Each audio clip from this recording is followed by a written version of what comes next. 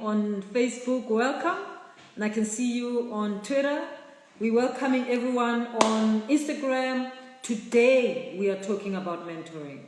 We entitled it Mentorship That Works, because there are many mentor-mentee relationships that don't work. Some of them are imposed by the institution or the company that you work for. People are doing it unwillingly and it's not working. They market on their performance assessment books that they mentor so-and-so. It's just an administrative exercise, but it doesn't work. And I thought today we must talk about mentorship that works.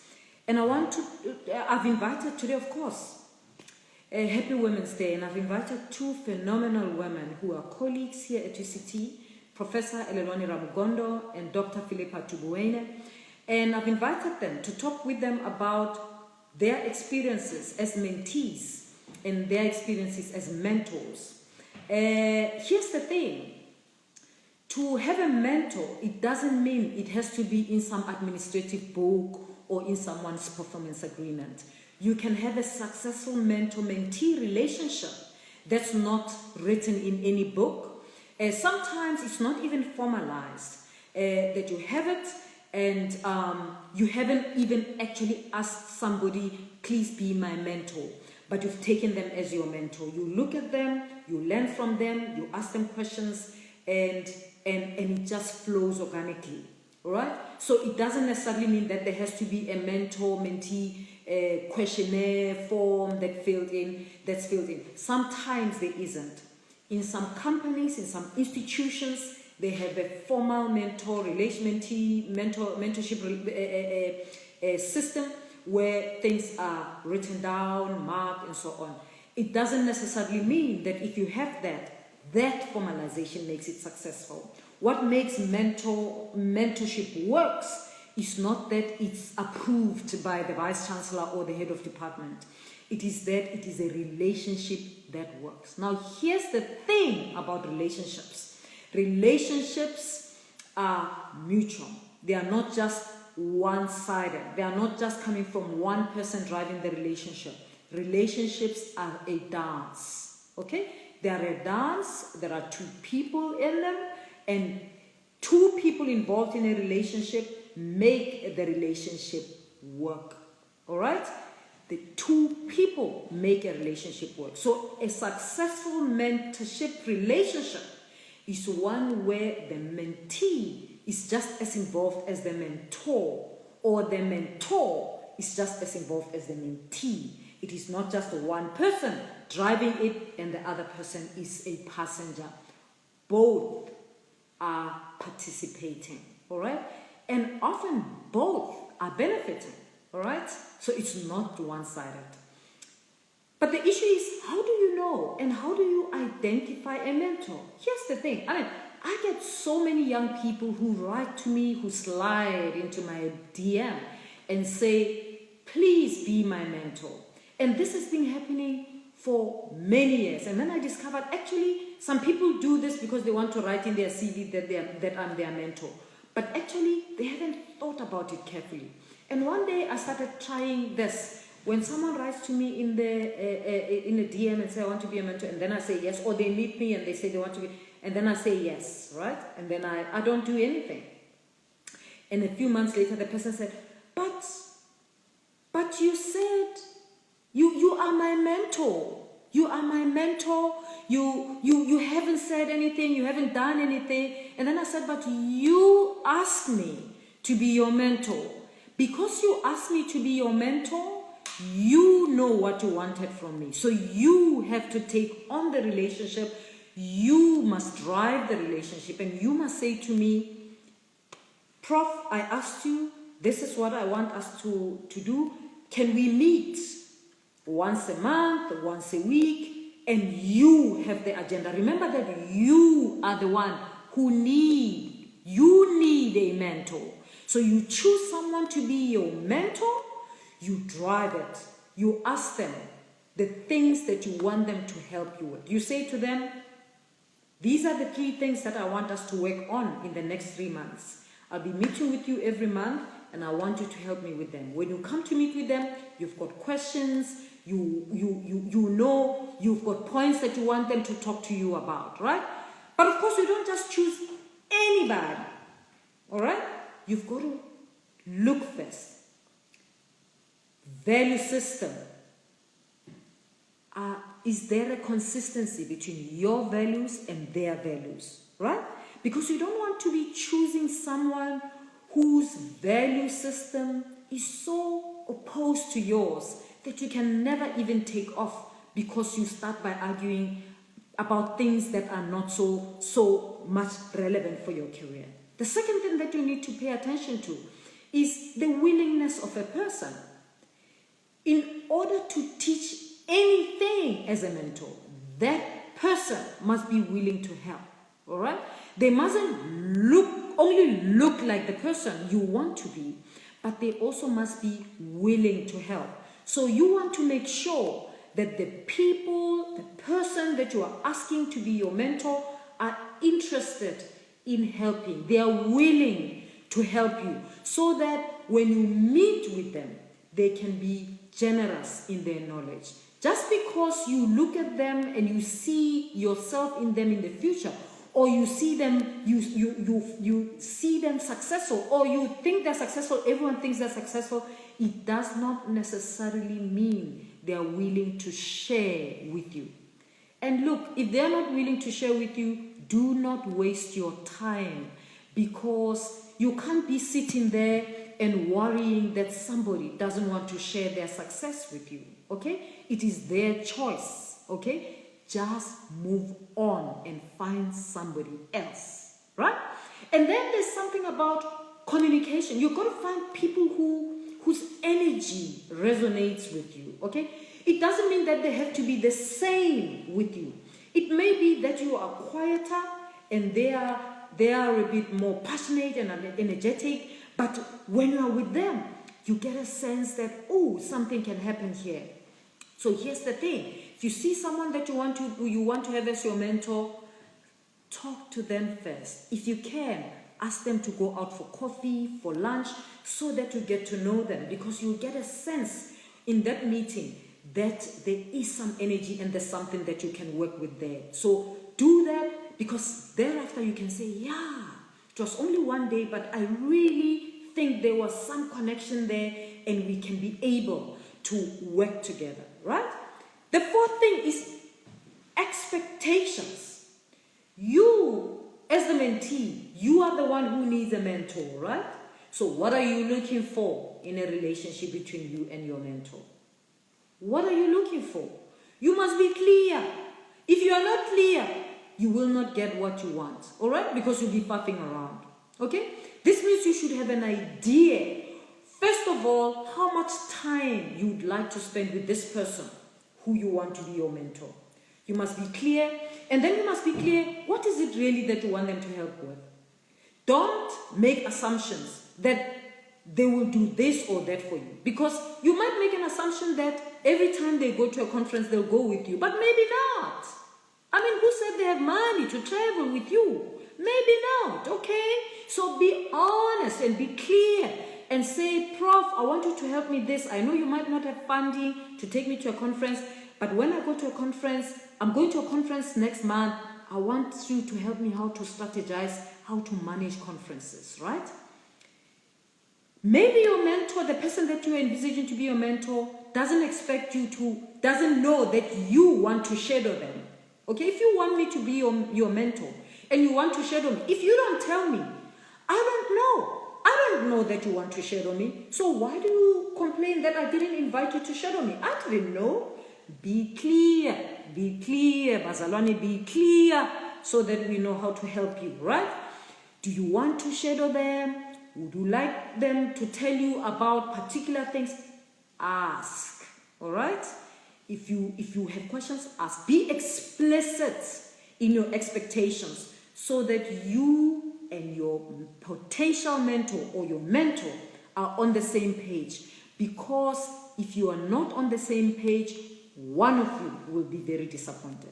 The fifth thing, before I go on to call Dr. Philippa, the fifth thing is that you must check the personality, right? The personality of your potential mentor is very important. As I said, you might be a quieter person, and maybe you don't like loud people like me. Like, you see, when I get passionate, I get loud, right? I get loud. Not because I'm angry, because I am kheti and I am passionate. And when I get excited, I jump and I shout, but maybe then you get scared, okay? And then you start blaming me. Prof Wandra says, what. No. You found Prof loud, passionate, and energetic, okay? So you can't change her now that you are her mentee. All right, so you have to be clear. Uguti, this personality of Prof Pakeng, I don't get. I don't like the person who speaks loud. They scare me. So fine, Prof Pakeng is nice, but not for me. So that those who like the energetic, passionate, loud, colorful, what, they can go for Prof Pakeng when I go to someone who is quiet, so that you can get it. Don't try to change your mentor once you are with them and say, we are the tuna, uya shautisha, uya rasa, magumabi, uya shauta. Mina and Gek, you can't do that. Okay, so be clear about what you want. Sometimes you might want someone who is calm, who speaks softly. Find them, mtase. Don't try to create them from the potential mentor that you have chosen, because they are there, right? I want to connect with Dr. Philippa Togwene. She's amazing. Philippa is head of the department, the School of Architecture here at UCT. She, I'm gonna put her on the screen just now. But Philippa is amazing. She is, she looks like she's on the ramp all the time. She looks like she's walking the stage. Looks like a model. The first time I saw her, she walked into a meeting, and I immediately tapped the person sitting next to me and I said, who is she? Because she looked like she's on the cover of a magazine. Even without trying, by the way, she looks like a model. Philippa, so good to have you. I'm gonna turn my Twitter camera so that my tweets can see you. Thank you very much for joining me. Thank Philippa, you. Yes. You are from Uganda originally. Yes. Yeah. Please tell me, when did you come to South Africa? Oh, I've been in South Africa for almost 20 years now, 2000. Wow. Oh. Philippa, let's wait a little bit so that I take the volume up so that the people on Facebook can hear you. Just a minute. I must take the volume up so that they can hear you, because I can hear you. They will tell me if they can't hear you.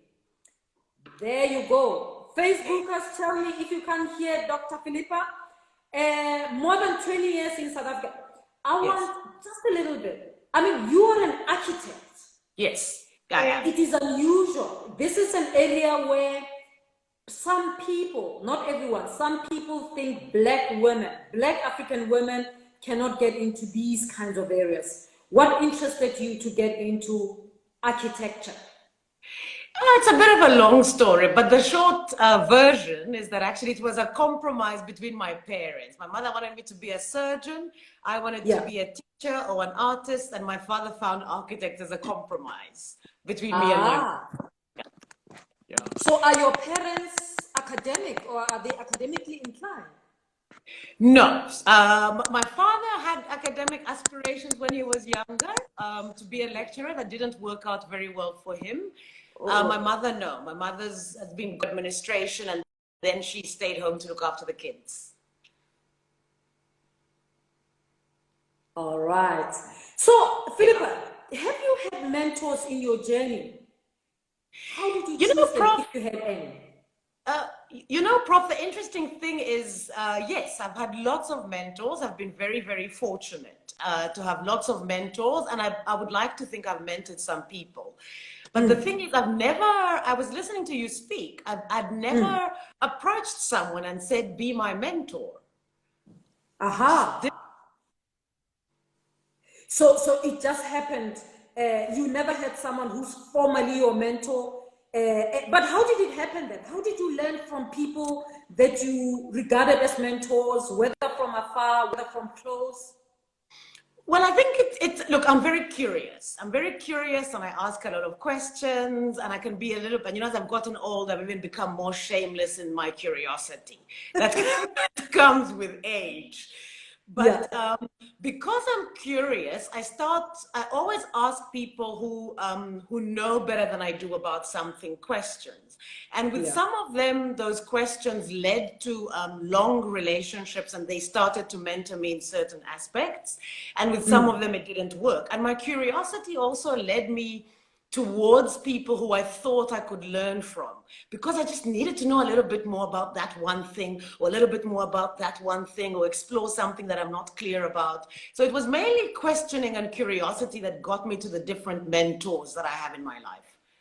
All right. So curiosity and asking questions is important Yes, in identifying people that you can learn from. Great. absolutely. But then, Philippa, it's not as if you go around asking everybody questions. You obviously select. Yes, Like, I how do do. you select? So one thing that I always do is when I listen to someone who I think knows more, and it's Yeah. important that word, I listen. And when you listen to someone, not with your own expectations, but when you listen, because Yeah. there's something there that sparks you, that's how you select who you ask the question. There's a lot of people who say a lot of interesting things, but if you listen to them, that kind of is a selection process because by listening you pick up the energy, you pick up the interest, you realize that actually there are alignments. It's very important to listen because then you ask the right questions that people respond to and that you can start to develop a relationship with. Ah, that's important. So it's not just curiosity and knowing which questions to ask, Yeah. it's also listening. Because in listening to these people, you get a sense, you get the resonance, whether they resonate with you, you hear whether Yes. you can keep coming back to them for more questions and answers and so on. Is there other people in your journey as you were going around, you asked questions today and you decided, tomorrow you are not going back? What made you do that? That you So stopped asking? it goes back to what you were saying. Sometimes you ask someone a question, you start to develop a relationship, but then you realize that actually, even if they know more, even if they've done more, even if they're successful at what they've done, actually where they are, where they're going doesn't resonate with you. It comes back to listening. If you start to listen carefully, I find a lot of people don't listen. Yeah. You pick what you want, but if you listen carefully, you'll realize that one, we're not in the same direction, we're not going to the same place, and I don't want to go there. And I think that's Yeah. where with some people I have asked, and with some people I have carried it on, some people not. And that's because you've got to always listen. When you're talking to someone who you believe knows more and is successful, it's really important that you suspend judgment, you suspend what you think, and you listen to what they're saying. Because you will always hear the right answer if you really listen. Yes. Yeah. And then, Philippa, some young people think that you've got to get a mentor in your discipline. Do you have a mentor or people that you look up to, that you've asked questions, who are not in architecture, who you have found useful in regarding, going back to them with questions to learn from? Absolutely. I would say that it's a half and half. Okay. Because in your journey as an academic or as a professional, actually you need lots of skills. It's not just about your specialization. It's how to Yes. conduct yourself, how to carry yourself. So for example, how to run a meeting, I've learned from somebody who's not in architecture, in academia. How do you run a meaningful meeting? It's things you pick up from different places. I've learned a lot from friends of mine. And one thing maybe I should say in this forum is I'm much older now, but when you're younger, you look to people who are successful to mentor you. What most young people don't realize, in 10 years' time, your peers is who's going to be mentoring. You need to also Yes. see who is doing well in your peer group. How can they Yes. mentor you? What are they doing well that you like? And I'm making a very clear distinction there. What are they doing well that you like? Not what are they doing like unlike you. Never compare. When you see Aha. something good, don't compare it to you. What you Yeah. want to do is always see it for itself. Take yourself out of the equation. All right. So there's a stage where you're looking for mentors who are ahead of you, but there'll be times when you look at people who are your peers. And Absolutely. yes. So, and there's no shame in that because we are always growing, right? Yeah, absolutely. And so you can, one of the things that my mentor told me many years ago, she was my PhD supervisor. And I remember her saying to me, I will know that I have done a very good job if one day you, Khetty, know more than I do. I went home and I was like, wow. I thought, no more than I do. And she said to me, yes, I want you one day to introduce me to people that I don't know. Right now, I'm introducing you to people. I want you to introduce me to people I don't know, to things that I don't know, to things that I've never done. And she said, the day you do that, I will know that I have done a good job. I thought that's huge. Because what essentially she was saying is that I'll be happy if you become better than me. I will make sure that you're better than me. And I thought, how many people have got mentors like those? Have you had anything like that in your life? Yes, I have. I always tell people I've been very, very fortunate. I've had mentors. I've even had some people who've basically taken me in hand and mentored me, kind of going, we can see you're going to become a danger to yourself and society. We're going to take you in hand. We're kind of going to take you. But I've been very fortunate. And as I've developed with some of my mentors and with time, some relationships have been stronger than others, but I've maintained relationships. It's gotten to a point a few weeks ago where somebody that I have a lot of respect for and look up to was complimenting me on something that I had done and said, I'm really impressed that you have, and I want to repeat this in my own practice and my own. And that's kind of a step. When you realize that you've moved out of being a mentee and that you've also started to contribute to their lives, because the assumption is that mentors always contribute to your life. That I think is an unsuccessful relationship. You as the mentee have to contribute to the mentor's life as well. Yes. So it's not about just taking, you have to give something back because that's the only way it works. Give and take. Very good point. I always say it's about reciprocity. Yes, absolutely. You as a mentee have to be as giving to the mentor as you want the mentor to give to you. Yeah. But oftentimes, many people do not know how to give to the mentor. Right? So many young people don't know. And some of them get into the mentorship relationship with an expectation and entitlement that you're going to give me. You give me. And they don't know that the mentor is a human being. They also need to, it's reciprocal. You've got to reciprocate. But how does one learn this? Do you teach your mentees deliberately? Do you deliberately teach them to be a good mentee? I don't think it's deliberate, but what I think is that I'll go back to what you have said, which is about we're all human beings. So you come in as a younger person, this is someone you see as successful. What you don't realize is that they might be successful at what they do, but they don't understand your reality. So if you expose what you know to them, they learn from it. So you also have to be honest and put yourself on the table and say, this is where I am, this is what I know. So for example, if you're much younger, you might say, you know what, this is what I do with my social media, with my tech. Most people who are older will be all ears and waiting to learn from you. That's a really simple one. It's about the experiences that you have. It's a different generation, it's a different understanding. And also one thing that I've always tried to do is that you must always remember that within all of us, we have some kind of unique knowledge that we can contribute. Don't try and tap the other person's knowledge. Bring yours to the table, because the relationships with mentors and people that I have mentored, where it has worked is when we bring what we know together, and as two people, we take that forward. Then it has worked perfectly. Not one person pushing. Two people, we come, we create a unique relationship, then we push that forward together. Those ones, that kind of relationship works much better. Fantastic. That's true.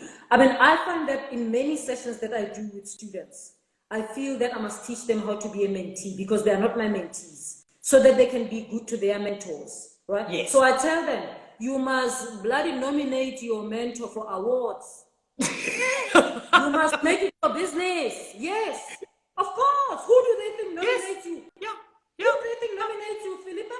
They must nominate you. You must nominate yourself. They are your mentees. They must nominate you. I say to them, you got to learn to find out when is your mentor's birthday. And on her birthday, you must send her a WhatsApp. And if you have a few cents, send her flowers. You know, because your mentor is a human being as well, right? Yeah, absolutely. And that's very important. I mean, when my eyes opened, I nominated my mentor for every award. Like everyone that came, I said to her, I want to nominate you for this one. I even did a first script for my mentor. Played it for bloody 3 years with the international scholars, with her family, and we launched it in Germany. She didn't know. She came, we surprised her. And I thought, she's done so much for me, I want to do it for her. But not many mentors are that lucky. So mentees have to give their mentors some love. Now, Philippa, you as a mentor, I'm sure you get asked. I mean, I'm sure there are many young women who want you to be there. I can imagine if I were doing architecture or anywhere close to the faculty of, or to EBE, I would be asking you. I have gotten some requests, and some have picked up, and some have not picked up. And again, it comes down to chemistry. What makes you say no? Is the chemistry. You want to have chemistry with the mentee. Yeah, there's got to be chemistry, because if you're going to commit to a relationship, and I'm going to commit to the same relationship, we have to be able to get on. You know, it's because sometimes some people have unrealistic expectations.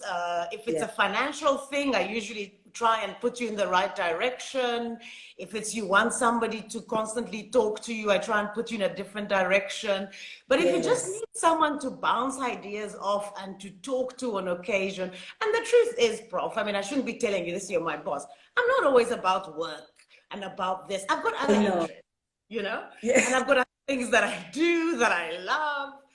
And if you've got some of those interests, then we can start to work together, you know, and then we can start to get to know each other, because life is more than just a job and a career. There's a lot more that comes in there. So when I usually say no, or I pull back a little bit, it's because I think, you know, this chemistry, you know, it's the reason you ask someone out for coffee. That chemistry is just, chemistry is not working. But again, some of the people I would consider as mentees, or who consider me their mentor, again, it was quite accidental.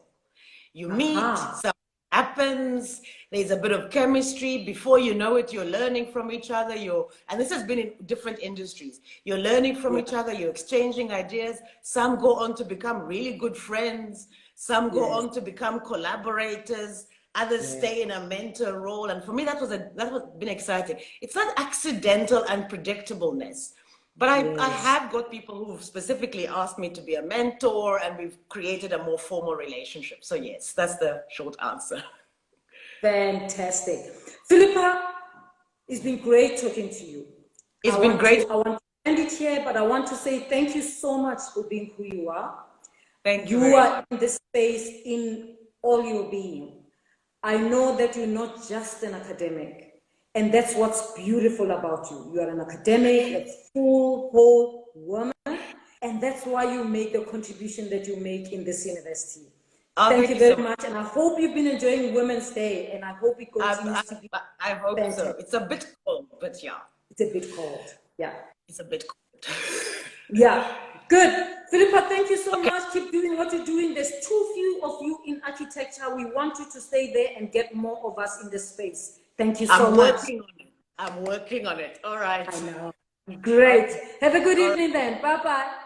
Bye. Great. So we've just spoken to Dr. Tuguweni, Dr. Philippa. She's fantastic, right?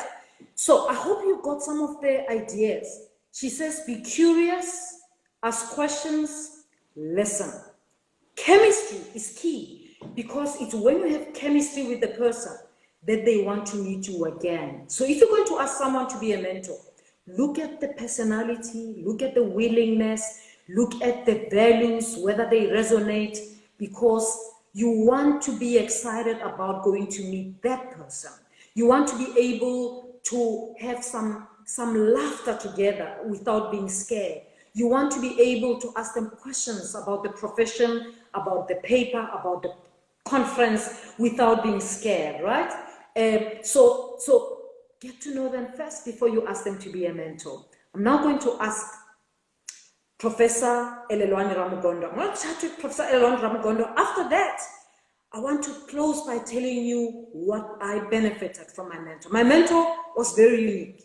I honor her so much. And I'll tell you some of the amazing things that she did. I already told you that she told me that I've got to be better than her, right? And I always say it's people who are really good at what they do who are generous with their knowledge, right? I was very lucky to get a mentor like that. But of course, you don't have to have one mentor. You can have more mentors. You can have 3. You don't even have to tell them that they are your mentor. You can look at them. You can learn from them by looking at them. I used to sit at conferences many years ago, and I would look what the president of ANISA was doing, the Association for Mathematics Education in South Africa. I would write and say, what do they do when the conference starts? Because I used to think, what if I become president of ANISA? What am I going to do? So I spend a lot of time taking notes about what do they do in the president's speech? What is it that they talk about? So I would know what the president talked about last year. What are they talking about this year?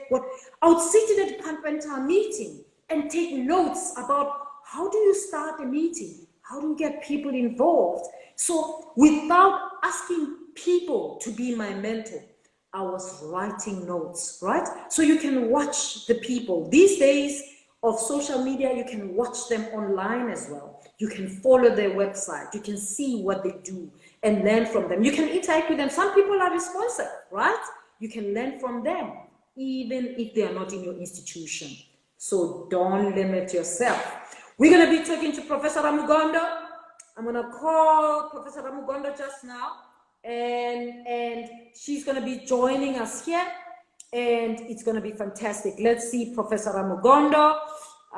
Professor Elelwani Ramugondo is Professor of Occupational Therapy right here at UCT. She's also Deputy Dean, but we're going to talk about her journey so that we can learn from her. Elelwani, thank you so much for joining me.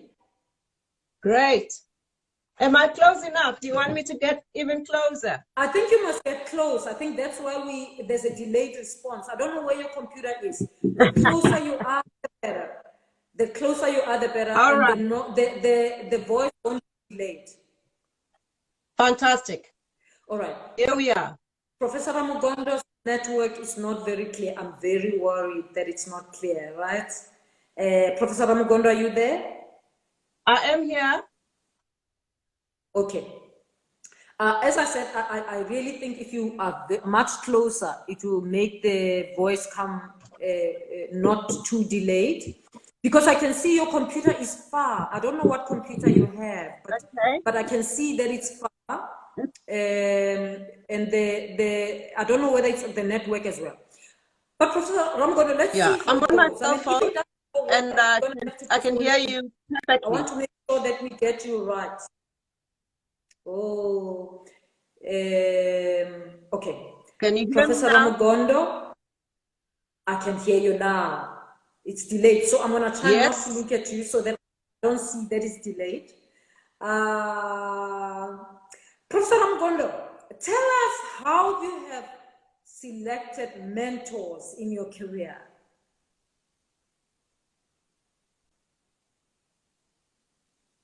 Okay. All right. This is so your sound is very limited, but I can hear. Yeah, there's a bit of a delay. You know what? I'm wondering, we've lost 5 minutes, you know.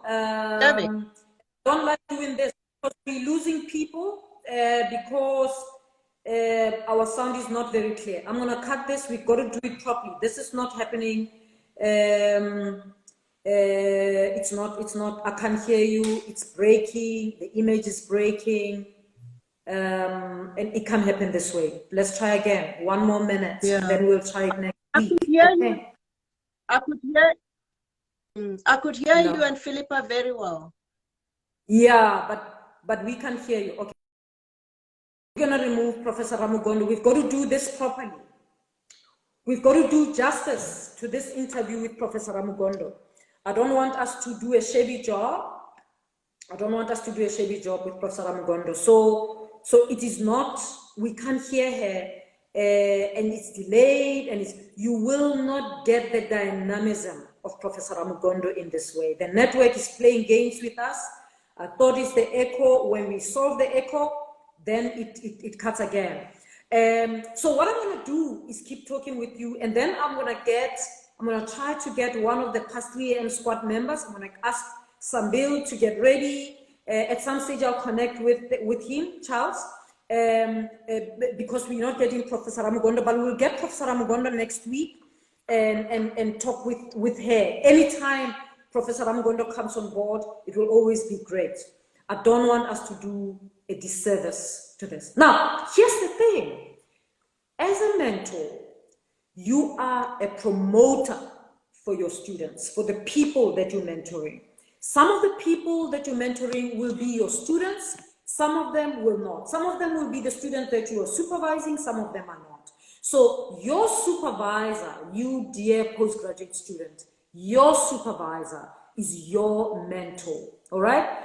Don't compete with them, you don't have to. They are your senior, they are there to promote you, right? So supervisor, don't compete with your students, right? Promote them. If they get successful, it's your success too, okay? Students, remember it's a relationship, it's a dance. Your success is your supervisor's success, okay? So you treat it that way. Remember also that they are human, all right? Which means anytime you want to start a fight with them, you can. And you will have a reason to, because they are human. Because we as human beings are not perfect. You are not perfect, they are not perfect. So anytime you want to start World War III, you can start it and it will go on fire. So what it means is that you're going to be generous if you want a mentor-mentee relationship works. You're not going to get upset at every pin dropping, right? Because there are many pins dropping from your side and your mentor becomes generous with you. So you're going to be generous as well. And that makes a relationship work, all right? If you are generous, you are patient, you also know what you will get from this mentor. I often look at my relationship with my supervisor, who was my master supervisor and my PhD supervisor, that I think, wow, there are so many moments that I could have dumped her, actually, and had a reason to say, she's this, she's this, she's that. And then I stop and I say, there are so many times when she could have stopped and dumped me. And then I get scared, and I'm so grateful that she never dumped me, even when I deserve to be dumped. So don't be mean to your mentor. You are not entitled to them. You are not entitled. Nobody is entitled to mentor, to this mentor X. You have mentor X now, get as much as you can from them. Tell yourself every day, he is not God, she is not God, she's not perfect, there are things she's not getting right, but the things that she's getting right, I'm going to get as much as I can from her in that regard. And I'm going to run with these things that I'm learning from her, right? Here's the one thing, this I want to share with supervisors. The one thing that my mentor used to do when we were students and she was mentoring us, when we go to conferences, she would sit with us maybe a week before we go to the conference. She would say, look at who's coming to the conference. When we have a meeting, I want us to talk about that. And then she would say, who do you want to meet at the conference? You saw who's coming. Who do you want to meet and talk to? And then I would say, oh, I want to meet Professor so-and-so, Professor so-and-so, Professor so-and-so. She says, only 5. Write them down. And then she says, what do you want to talk to them about? And then you indicate, I want to meet so-and-so because I want to talk to them about this, I read this, this is what I want to ask them. And then she'd say, maybe you should ask them this because your data is doing this, this. I saw you are struggling with this, that, that. Maybe you should ask them, hear their perspective. Remember we talked about this, but maybe you want to get their perspective. So ask them. Then you would write notes, right? And then when we get to the conference, on the first day, during the opening ceremony, you know, when people are mingling, she would take us around and then she'd go to the person, hey, Peter, this is Kheti. Kheti is my student. She's doing her PhD. She's now at the point of data analysis. I thought I should introduce you to her. Kheti, this is Peter. Peter wrote that paper, you know, and then Peter said, oh, yes, Kheti. Meantime, Peter is a big professor, right? And then I would say, yes, yes, yes. And then she goes, Robin, this is Kheti. She's using your work, blah, blah, blah. Kheti, this is Robin, meet Robin. That's it. That's what she does on the first day. From then on, she's gone. My supervisor, my mentor. Then she's out of your face. You will not see her. She will not come and talk to you. She's introduced you. She leaves you alone. You must see how to go on. When the conference ends, we meet at home. After the conference, we have a debriefing. All the students supervised by her. We have a debriefing meeting. And then we sit. And then she says, how did it go? Of course, you may think it's nasty for her to leave you to your own devices after introducing you. No, it is not nasty. It is good. Yes, it is good. Because what she's doing is that she's giving you an opportunity to develop a relationship with this person that she's just introduced you to. And this person who she's just introduced you to is the big dog in the business, right? She introduces you to the big dog in the business and then she leaves you alone to see how to finish. If you want the big dog to come to your presentation, you've got to ask them. You've got to say, Peter, Jill introduced me to you. You know, I'm using your framework. I've got data that's like this, this, this. It will really be great to come to my presentation. I want to see. And then Peter would look and say, oh, on this side. Oh, no, no, no, I'll be there. All right? Of course, you also make sure that you go to your presentation. That's what mentors are. Mentors introduce you to the field. They introduce you to their network as well. Not only do they teach you alone and own you, they open the window to things that are possible, right? So my mentor did that for me, and I knew this is something to do for my mentees too. So now, with the lockdown, I continue with my mentees. But I want to talk to Charles. I want to talk to Charles. Charles is one of the past 3am squad members, and Charles is doing a PhD at UJ. And I like talking to Charles. Charles, we call him Mr. CEO of the past 3am squad. A few years ago, I think 2014, 2015, Charles came on board. Charles took it up like a house on fire, and we call him the CEO. He said he's got a task to talk about, to work with his student on mentorship. Why is mentorship important for you as a PhD student, Charles? Of course, you're also a lecturer at UJ, so you're also serving as a mentor, but you're also a mentee, I'm sure. Talk to us, Charles. Why is it important? Thank you very much for bringing me on board. I'm really happy. The reason why I actually want to do I hope you can hear me properly, eh? The reason why I actually decided the people on Facebook will tell me if they can't hear you. I'm looking at Saurav in India. If Saurav can hear me in India, then it means everyone can hear you. Go ahead. Okay. No, I'm actually trying to push the mentorship agenda because doing my postgrad and my master's especially, I did not really have a mentor. I actually had someone who was, okay, I would say I had a mentor who did not identify himself as a mentor because he was the first person I approached as a supervisor but he told me blank that I was not the master's material.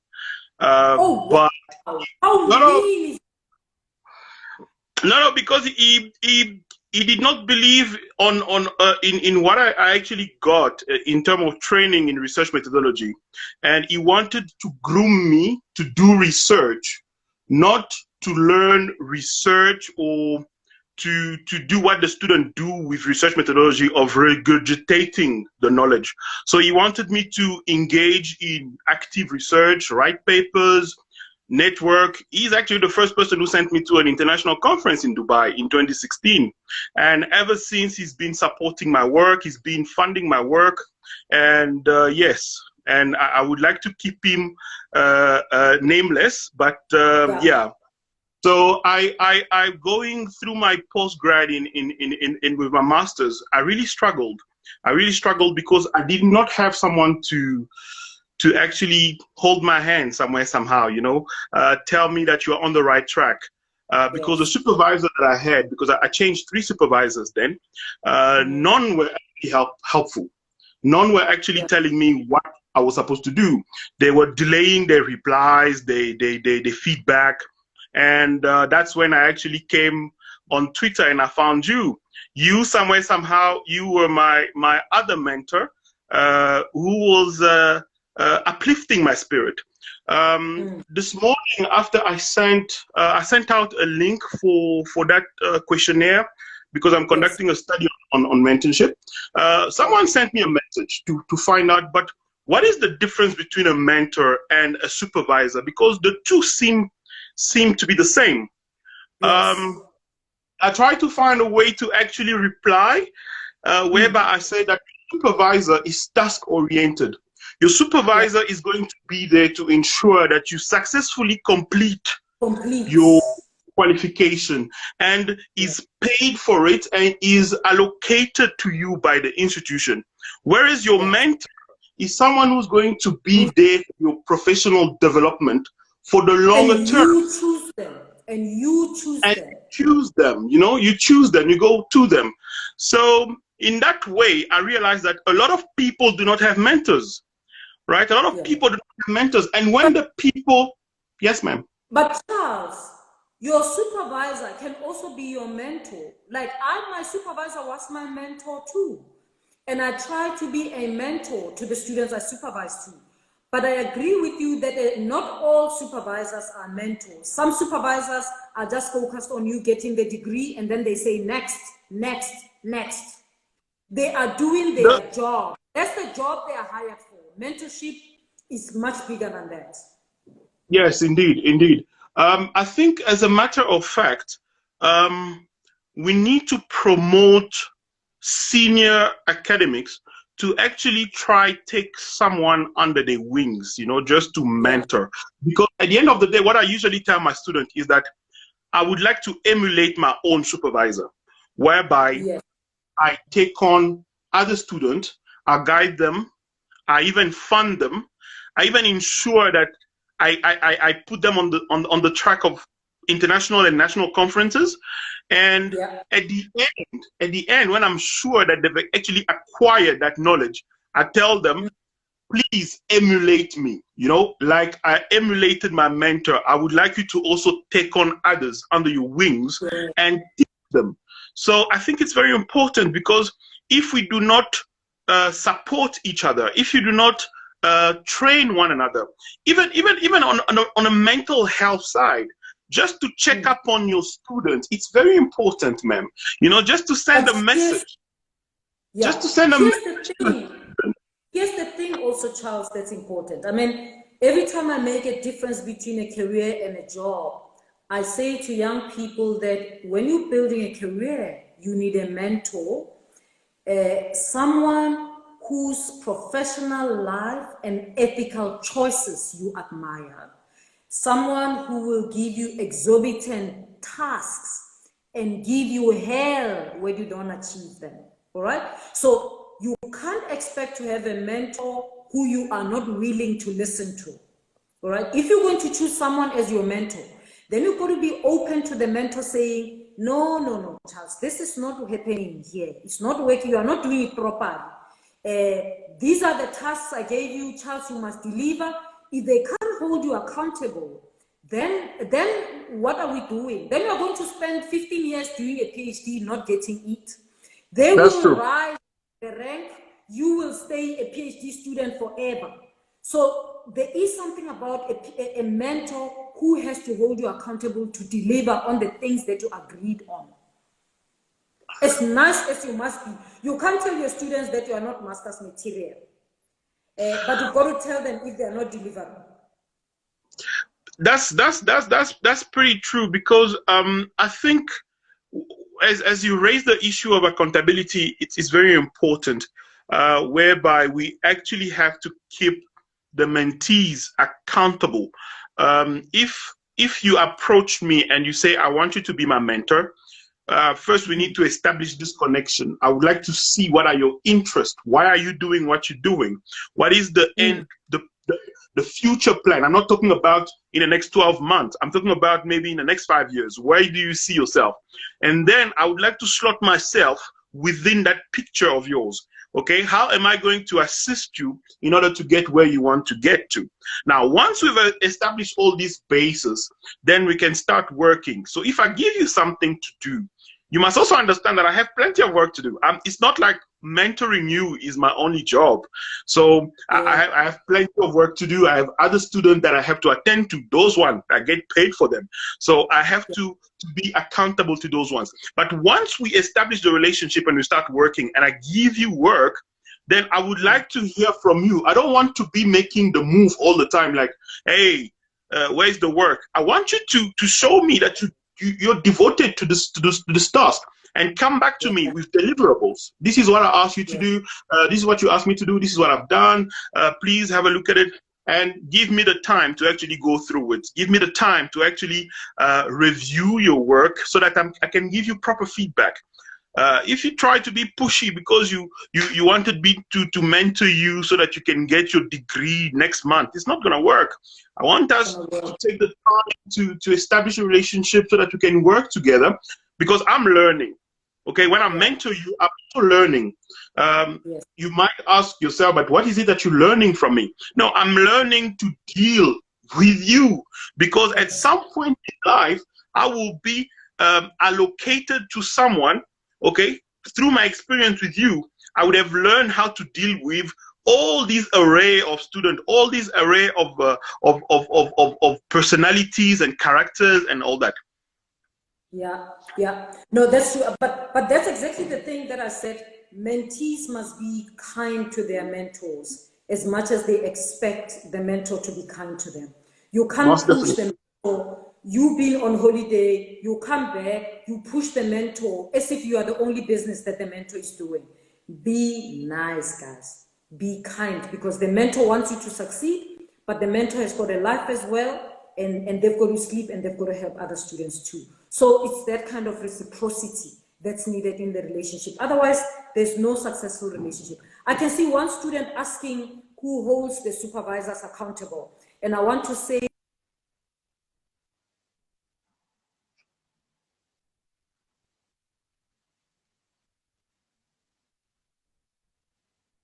people think that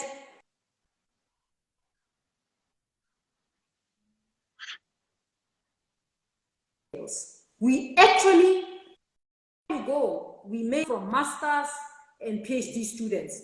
I'm letting you in on the secret. We actually want you to pass, because when you pass in record time, we get 100%. The longer you take, the less money we get. Okay? True. Now you have a vice chancellor within. I'm telling you the truth now. I can't really, I'm telling you. So there is no university that will just function and make it its business to make students fail, because we lose money if you fail. We don't benefit at all. We lose money. So a supervisor who's not supervising you properly to completion and supporting you properly is killing our business. That's true. It's the university's responsibility. The department is losing. So it's the department's responsibility to attend to them. So don't ever send them to frustrate you. Charles, you know that, right?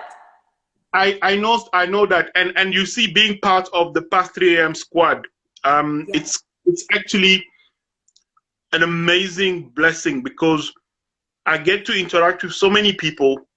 And I'm not gonna lie to you, there is suffering out there. Students are suffering. You see what you're saying? You're coming from a VC's perspective, and I wish you could round up all your supervisors and they could listen to this, because some students are really suffering. Some supervisors out there are really, really tough on the students. I know. But to go back to what you were saying, especially the question from the student: who holds the supervisor accountable? The student has to keep the supervisor accountable somehow, because a student's duty is to do what the supervisor is asking you to do, because the supervisor knows best. And obviously, if I supervise you, I also have my name on the paper, so I have to make sure that I deliver. But as a student, when you realize that your supervisor is not doing what you expect him to do, after countless opportunities or attempt to save the relationship, then you need to go to the department. You need to speak to the head of department. You need to speak to the head of faculty. You need to follow proper channels. Yeah. It's 3 minutes left. I want to wrap up the show. No, it's fine. But you are right. Many students are struggling because supervisors are not providing the support that they need to provide. We can sit here. I don't like sitting here just talking about problems. I like sitting and talking about solutions. I know that people are saying we must talk about that. I don't want to talk about that. It's a waste of time. And it's going to make us hurt, and we're going to get out of here angry. We must talk about how you get support from elsewhere if your supervisor is working. In fact, you must know that you chose the university where you are, and you must also know that you chose the supervisor that you have. You chose there and you chose the supervisor. Now, there's some responsibility that you must take. It's tough, but you must write to the department where that supervisor is located, so that the head of department can talk to the supervisor, because the head of department has to balance the books. They're struggling for the money. Take it over yourself. I said this as a young academic. I said it as a professor, and I'm saying it as a VC. It's not the first time. Those who know me that I've been saying this forever. It is very important. We must all do our jobs, okay? They can call me names, but jobs we must do, because students need to complete. Charles, thank you so much for joining us. Thank you. 2 minutes left. You're always on the ball. I can see members of the past 3 AM squad keep taking in Monde, Momo. Thank you. They're saluting the CEO there. Yes, shout out. Yeah, without them, we are not able to do a good job. Shout out to Monday and Maureen. Thank you very much, man. Thank you very much, Samir. Thank you. So that's it about mentoring. Remember, choosing a mentor, you've got to resonate with them. Values, personality, check on their willingness. If you can take them out for coffee or for lunch before you take them on as a mentor, that's good. Remember that your supervisor can be your mentor as well. It doesn't mean it has to be separate. Be clear about your expectations. Don't just sit there and expect that the mentor serves you, or your mentor is a magician. They will think about what you need. Be clear. Write down what you want to achieve. Talk to them about it so that they know how to help them. Otherwise, they can't just think it up.